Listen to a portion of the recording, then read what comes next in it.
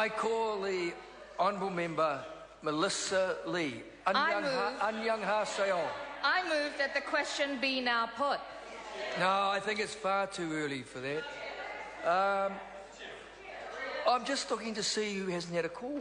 I see that the Honourable Member Sue Moroney has not had a call and she's been seeking one. I call the Honourable Member. Thank you, Mr Chair. And I do want to take the opportunity to speak to Part 2, in particular two excellent supplementary order papers that have been put forward in the name of Phil Twyford and also Annette King. And I'll start with the supplementary order paper that's been put forward in the name of Phil Twyford, because this is an issue that is very close to my heart.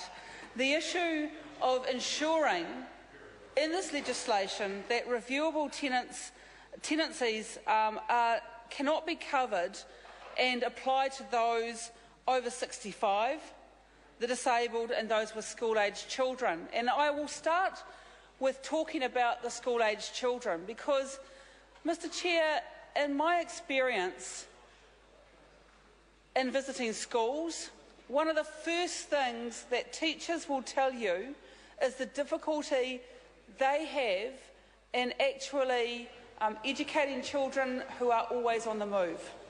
Those children who are from transient backgrounds, transient families, and for whom it doesn't matter how many times the teachers are chastised about national standards from that government, doesn't matter how many times the nanny state opposite tries to browbeat teachers about national standards.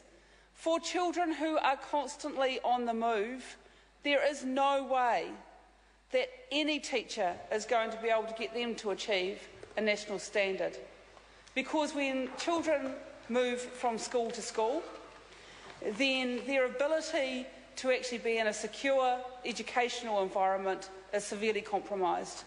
And here's this government adding to that by compromising the security of their housing, by compromising the security of that most fundamental social need, having a decent house, a decent roof over their heads. And that's what I can't understand with this government, because it constantly tries to sound like it is concerned about vulnerable children. Well, here's their chance. Here's their chance to prove it.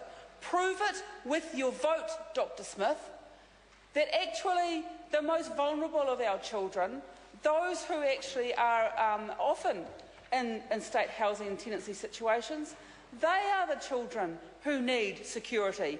They are the children who, Minister, need your help, and not a further impediment put in their way to having a good, secure lifestyle, and therefore the ability to know that they are going to be able to continue to go to their local neighbourhood school because the home they live in is the one that is going to continue to be the home they live in. And that's what I find so objectionable about Part 2, is there is no attempt by the government to give those children that security. I know that the Minister has tried to indicate that he will ensure that the Housing Corporation doesn't move families with school-aged children on. But let's put the money where the mouth is, Minister, and vote in favour of Phil Twyford's very excellent supplementary order paper, which would make sure that there was a legislative protection and security for these children, because anything else is just weasel words. Let's be clear about that.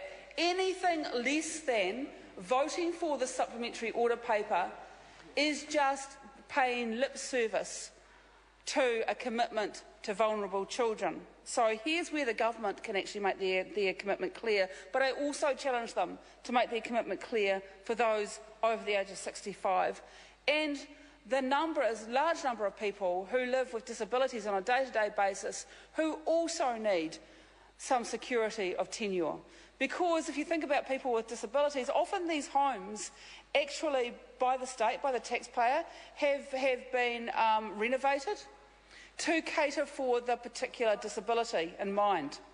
And so there's been that commitment from the taxpayer to renovate that house in order to suit that person with that disability. Surely the Minister could give a legislative commitment to those people that they will have some security of tenure in their own home. So, Mr Speaker, I think that this part of the Act is the part that has the most damage in it.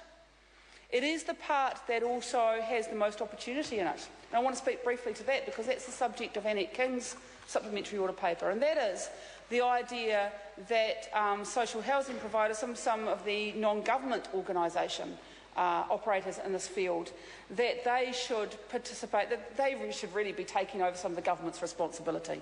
And let's be clear, that's what it is. This bill actually says they should be taking over the responsibility that has formerly been that of the state. So we should call it what it is. Now, while certainly on this side of the House, we know that these non-government organisations would be excellent social housing providers because they are already, we would want them to be providing social housing in addition, Mr Chair. Mr Chair? I call the honourable member Sata Sam Lotuinga. I move that the question be now put. Let me have a look here.